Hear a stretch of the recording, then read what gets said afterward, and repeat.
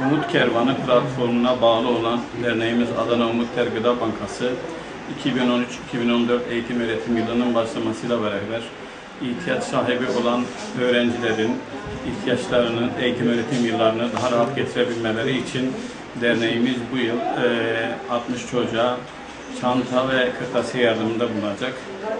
İhtiyaç sahipleri çocuklarının ister istemez ihtiyaçları oluyor.